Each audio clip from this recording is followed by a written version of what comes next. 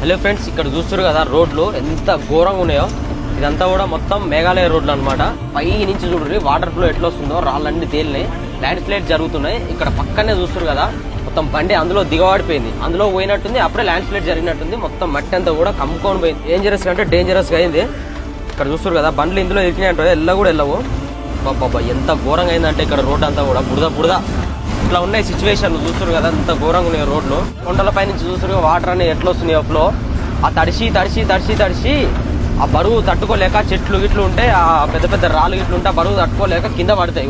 చిన్న చిన్న ముక్కలు పడ్డాయి కదా, అట్లనే ఒక్కొక్క ముక్క జాడిపోయి మొత్తం గుండె ఒకసారి డబ్బేలు పడుతుంది. ఈ సీసీ రోడ్ అయింది కాబట్టి ఈ మాత్రం జర్నీ అవుతుంది. కానీ జామ్లో 3 రోజులు పట్టేది, జర్నీ ఒక 2-3 రోజులు పట్టేది. అక్కడక్కడ ఆపుకుంటూ పోవాల్సి వచ్చేది. Wow super. ఇక్కడ చూస్తురుగా టన్నల్ వచ్చింది. ఈ టన్నల్ దగ్గరనే మనకి ఎప్పుడైనా సరే కంపల్సరీ ల్యాండ్ స్లైడ్ జరుగుతుంది. అక్కడ నుంచి చూస్తారు కదా పైనుంచి ఎన్ని బండలు కిందికి కొట్టుకొస్తున్నాయో. అంతా కూడా వాటర్ ఫ్లో అనేది ఎంత ఎక్కువ వస్తే అంత ఘోరంగా మనకి ఇక్కడ సైడ్ ల్యాండ్ స్లైడ్ అనేది జరుగుతుంది అనమాట. ఈ టన్నల్ కూడా అందుకనే కట్టిరు.